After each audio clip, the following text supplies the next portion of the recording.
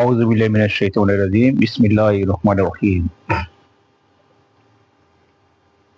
আমার দয়াল দস্তগীর হযরত কেবলাজান খাজা চাচি ফরিদপুরি কুদ্দুস আসিরুল আজিজ কেবলাজান হুজুরের পুত পবিত্র নূরের কদমে কদম বসি রেখে আজকে দুটি কথা লাইফে বলার ইচ্ছা পোষণ করতেছি। আসসালামু আলাইকুম ওয়া রাহমাতুল্লাহি ওয়া বারাকাতুহু। Excuse me. আমি বাধ্য আল্লাহ পাকের উপর ভরসা করা। আমার রবের উপরে ভরসা করতে আমি বাধ্য। কেন বাধ্য?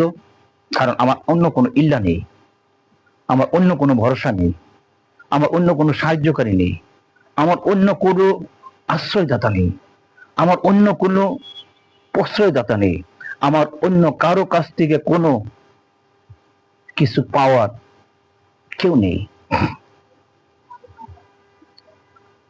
কথাগুলি হয়তো আপনি বলতে পারেন আবেগে বলছি, না আবেগে বলছেন, সেই পরিস্থিতি, সেই পরিবেশ আমার দয়াল দস্তগীর কেবলাজান খাজা চাচি ফরিদপুরি কুদ্দুস আসিরুল আজিজ কেবলাজান হুজুর নিজ কুদরতি হাতে সৃষ্টি করেছেন। Excuse me. কিভাবে সৃষ্টি করলেন? একদিন বিকাল আজান বলতেছে উপস্থিত সমস্ত জাকিরদের সম্মুখে যে বুঝছি ভালো খাওয়ায়া পড়ায়া আদর করে এদেরকে হেদায়েত করা যাবে না। মুরিদদের উদ্দেশ্যে বলতেছে পিটায় হেদায়েত করতে হবে, পিটায় হেদায়েত করতে হবে। তখন হুজুর কেবলাজানের সাথে এক জাকেরের ভালো সম্পর্ক, খাদেম মানে দরবার শরীফ না, বাইরের খাদেম, জেলা পর্যায়ের খাদেম, তার বিশাল খেদমত আছে। তো তিনি, আমি নামটা ভুলে গেছি, তিনি বললেন যে হুজুর বাইরে বেরোতে পারবেন না। কেন পারবো না? আমাদের পা আছে, দৌড় দিব। তখন হুজুর কেবলাজান বললেন যদি হাত পা বেঁধে নিই? তখন ওই জাকের ভাই বললেন তখন তো হুজুর যা খুশি তাই করতে পারবেন। তাই করা হবে। তখন কেবলাজান বললেন তাই করা হবে। তখন এই হাত পা বাঁধাটা কিন্তু আপনার রশি দিয়ে হাত পা বাঁধা না। এই হাত পা বাঁধাটা হইলো কামেল পীরের মুরিদের তার সমস্ত অবলম্বন ডেস্ট্রয় করে দেওয়া। তার উপার্জনের যে রাস্তাগুলি আছে এগুলো আস্তে আস্তে বন্ধ হয়ে যাবে। তার স্থাবর সম্পত্তি, অর্থ সম্পদ যা আছে এগুলো নষ্ট হয়ে যাবে। প্রতারকদেরকে উলাই দেওয়া হবে, প্রতারণা করে নিয়ে যাও। কারণ তখন তার বুদ্ধি লোপ করে দেওয়া হবে। তার যে বুদ্ধিটা আছে, ব্রেন আছে, আকল আছে, সেটা জিরো করে দেওয়া হবে। কোথা থেকে কি হচ্ছে কিছুই বুঝতে পারবেন না। তখন আপনাকে শুধু মানুষ আহমক, ব্যাকল, যা খুশি তা বলবে। আপনার উপর ডিপেন্ডেন্ট যারা, আপনার স্ত্রী, পুত্র, সন্তান, পিতামাতা, তারা আপনাকে কটাক্ষ করে কথা বলবে যে কোন পাপের জানি শাস্তি। শুধু মাই বলবে যে আমার ছেলেটা এরকম কেন হইল, আর কাঁদবে। লাইফটা কি আসতেছে কিনা আমি জানি না। হ্যাঁ, তো শুধু কানবে, মা কানবে। আর যিনি কিছু বুঝতেছেন না মানে কিভাবে যে ব্যবসা করবে, কিভাবে যে আয় উন্নতি করবে, আর হাতের থেকে টাকা পয়সা চলে যাচ্ছে কেন, এবং মানুষ কথা দিয়ে কথা রাখে না কেন, জবান দিয়া জবান রাখে না কেন, আমি বিশ্বাস করলে সেই বিশ্বাস ভঙ্গ হয় কেন, এগুলা কিন্তু সে বুঝবে, কিন্তু তার করার কিছুই থাকবে না। মুর্শিদের যে ইত্তেহাদি শক্তি, মুর্শিদের হাত যে আল্লাহর হাত, মুর্শিদের জবান যে আল্লাহর জবান, এটা কিন্তু বুখারী শরীফে আছে। বুখারী শরীফ মুর্শিদ না, বুখারী শরীফ মুমিনের হাত বলছে। মুমিনের হাত আল্লাহর হাত, মুমিনের চোখ আল্লাহর চোখ, যে চোখ দিয়ে আল্লাহ দেখে। মুমিনের জবান আল্লাহর জবান, যে জবান দিয়া মুমিন কথা বলে, সে মুমিনই মুর্শিদ, মুমিনই আল্লাহওয়ালা, সে মুমিনই ওয়ারাসাতুল আম্বিয়া। এই অবস্থায় যখন নাকি আপনাকে ফেলে দিবে, আপনাকে তখন স্ত্রী সবচেয়ে বেশি কটাক্ষ করে কথা বলবে, হ্যাঁ করে কথা বলবে, আপনাকে অন্তর কষ্ট দিয়ে কথা বলবে। কারণ আপনার উপার্জন এখন নেই, এবং নেই বিদায়ী কেউ আপনাকে দেখতে পারে না। এতদিন যারা ভালোবাসছে সংসারে তারা, কারণ দুনিয়াটার মাঝে আল্লাহ পাক যে আমাদেরকে পাঠাইছেন, আমাদের অনেক অনেক কিছু চাহিদা দিয়ে পাঠাইছেন। এর মাঝে আমাদের মান ইজ্জতের একটা চাহিদা আছে, যে আমাদের ইজ্জত সংগ্রহ করতে, মান সম্মান সংগ্রহ করতে হবে। এর মাঝে আমাদের খিদার একটা তাড়না আছে, খিদার একটা অস্ত্র আছে, তারা প্রত্যেকের সাথে দিয়ে দিছে। এটার কাছে আমরা সারেন্ডার হয়ে গেছি। খিদা নিবারণের জন্য আমাদেরকে প্রত্যেক দিন দৌড়াইতে হয়, অর্থ উপার্জনের জন্য, বাজার সদাই করার জন্য। এবং আমার অধীনস্থ যারা আছে, ছেলে মেয়ে, চাকর বাকর, চাকর বাকর বাদিয়ে দেন, ছেলে মেয়ে, স্ত্রী, পিতামাতা বা ভাই, তাদের খাদ্য, অন্য, বাসস্থান, চিকিৎসা আমার করতে হয়, এই জন্য দৌড়াইতে হয়। এই সমস্ত কিছু আপনার বন্ধ করে দেবেন। বন্ধ করে দেওয়ার পরে দেখা গেছে আপনার দ্বারা তাদের আর কিছু হচ্ছে না, তখন এবং এই সাহায্য করতে পারেন বিদেয় তাদেরকে আদর করতেছেন কি দিয়ে? কাপড়লতা দিয়ে। তাদেরকে আদর করতেছেন কি দিয়ে? খানা পানা দিয়ে, ভালো খানা পানা দিয়ে, ঈদের চান্দে ভালো বাজার সদাই করে দিচ্ছেন। সেই জন্য আপনাকে তারা আদর করে, যত্ন করে। প্রকৃত অর্থে অন্তর দিয়ে যত্ন করার তাদের কোনো সুযোগ নাই, কারণ তারা বুভুক্ষ, তাদের অনেক কিছু চাহিদা আছে। সেই চাহিদা পূরণ না করতে পারলে, তবে চাহিদা নেই সাধুর। আমার অভিজ্ঞতা থেকে আমি বলছি, সাধুদের কোনো চাহিদা নেই। তারা খিদাকেও জয় করছে, বস্ত্র পরিধান সিরাপাড়া একটা হইলি হয়েছে, ইজ্জতের কাঙ্গাল না, খাদ্যেরও কাঙ্গাল না, যৌবনেরও তাড়না তাদের নাই। এগুলা তারা জয় করছে, কাম, ক্রোধ, লোভ, হিংসা, লিয়া কিনা, রিপু জয় করে তারা সাধু হইছে, যাকে ইসলামিক ভাষায় বলে কামেল হইছে, ইনসানে কামেল। তো এই যে হুজুর কেবলাদান বললেন যে যদি হাত পা বেঁধে নি, তখন ওই জাকের উত্তর দিলেন যে তখন তো কেবলাদান যা খুশি তা করতে পারবেন, তাই হবে। খাজা অপরিচিত তখন বললেন যে বাবা তাই হবে, তাই করতে হবে, তাছাড়া কোন পথ নেই। তো আল্লাহ খাজা যাকে ভালোবাসে, মুর্শিদ কেবলাদান যাকে ভালোবাসে, খাজা ফরিদপুরি যাকে ভালোবাসে, তার হাত পা বাইন্দেই হেদায়েত করে।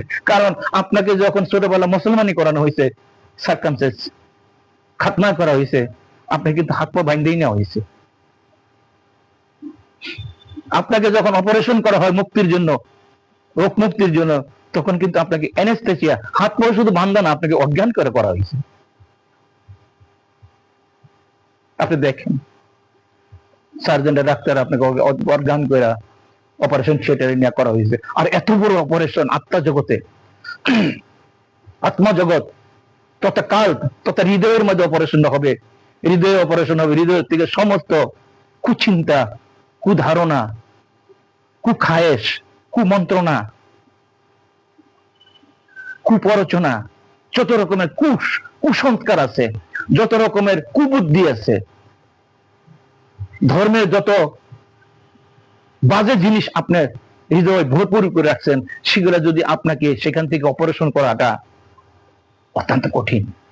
আপনি দেখেন, আপনাকে যদি কেউ শরীরে আঘাত করে, বাড়ি দেয়, মারে, কিছুক্ষণ কান্নাকাটি করেন, হইচই করবেন, বা একটা ওষুধপত্র খাবেন, ইঞ্জেকশন নিবেন, যাবে গা, আপনি আস্তে আস্তে ভুলে যাবেন। কিন্তু আপনি দেখেন আপনার অন্তরের মাঝে, হৃদয়ের মাঝে যে আঘাত দিছে, কঠিন আঘাত দিছে, আপনি কিন্তু তাকে বলতে পারবেন না, সে ব্যক্তিকে বলতে পারবেন না। এবং সে কথাটা মনে হইলে আপনার ডর করে ঘর ঘরায় চোখে পানি আসবে, যে আমার হৃদয়ে আঘাত দিছে।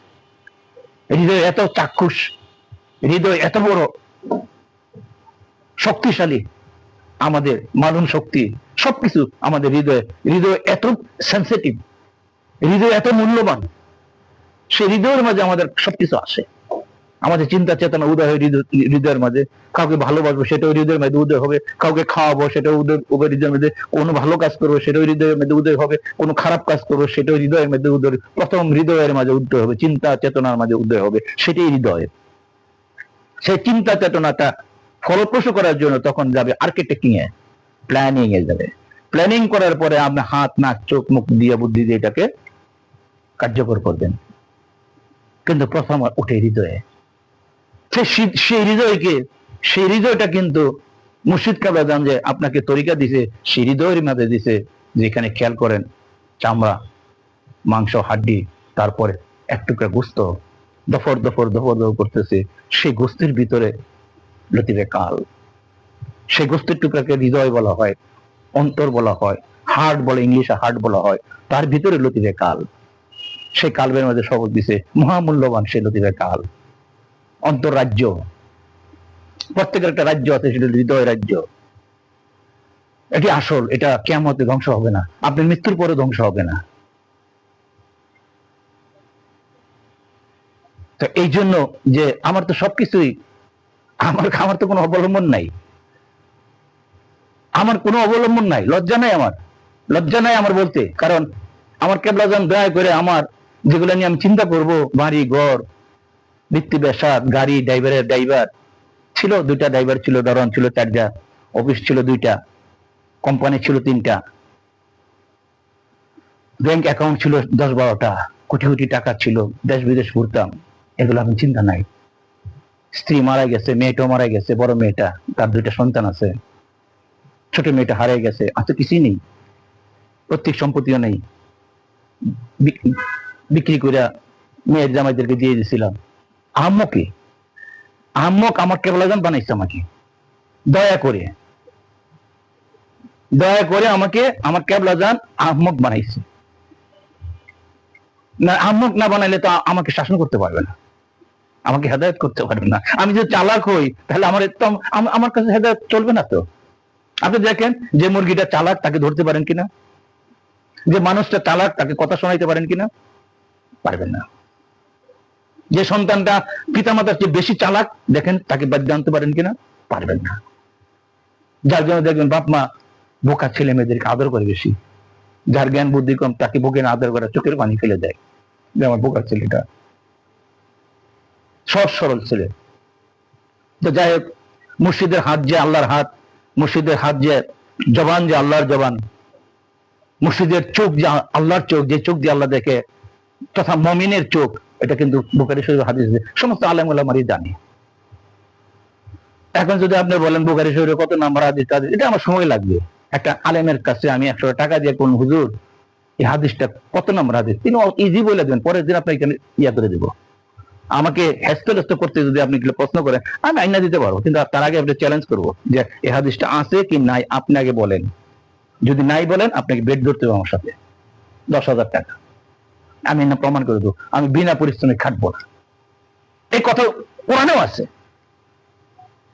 আল্লাহর হাবিবদের হাত যে আল্লাহর হাত, এটা কোরআন শরীফ আছে। কেমন? উহুদের যুদ্ধে যখন নাকি, উহুদের না বদরের যুদ্ধ, উহুদের যুদ্ধ বদর না বদরের যুদ্ধে, জানি না, নামটা ভুলে গেছি, সেখানে আল্লাহ আর রাসূল যখন বললে, হে আল্লাহ, আমার এই যুদ্ধে জিততে হবে, বদরের যুদ্ধে আমাকে জিততে হবে, পরার দেখার আমাকে যুদ্ধে জয়ী করতে হবে, আমি অনেক যুদ্ধে হেরে গেছি, আমার আর মানুষ কথা শুনবে না, এই যুদ্ধ যদি হেরে যায় আমার কথা আর কেউ শুনবে না, হে মাবুদ, হে আমার রব, তুমি আমার এই যুদ্ধে জিতিয়ে দাও। আল্লাহ পাক বার্তা পাঠাইলেন যে হাবিব, আপনার সামনে ধুলা আছে, আপনি ধুলাগুলি নিয়ে আপনার দুশ্মনের দিকে নিক্ষেপ করেন। রাসূলুল্লাহ পাক সাল্লাল্লাহু আলাইহি ওয়াসাল্লাম সেই ধুলা নিক্ষেপ করলেন। নিক্ষেপ করার পরে ধুলাগুলি অ্যাটমিক পাওয়ার হইয়া দুশ্মনের চোখের মাঝে গিয়া চোখগুলো অন্ধ করে দিল, সাথে সাথে অনেকে মারা গেল, অনেকে অন্ধ হইল, রক্তাক্ত অবস্থায় এদিক সেদিক ছুটে ছুটে পালাইল। সেটার মাঝে অনেক কথা আছে, তাফসীরে অনেক আছে, সেদিকে আমি যাব না। তারপর যখন দোয়া আসলো, আল্লাহ পাক রাসূল পাক সাল্লাল্লাহু আলাইহি ওয়াসাল্লামকে জিজ্ঞাসা করলেন, হে আমার হাবিব, এই ধুলা কে নিক্ষেপ করছে? রাসূলুল্লাহ সাল্লাল্লাহু আলাইহি ওয়াসাল্লাম বললেন, মাবুদ, পরওয়ারদিগার, এই ধুলা আপনি নিক্ষেপ করছেন। আল্লাহ পাক বললেন, হ্যাঁ, এই ধুলা আমি নিক্ষেপ করছি, তখনকার আপনার হাত ছিল আমার হাত, তখনকার আপনার হাত ছিল আমার হাত।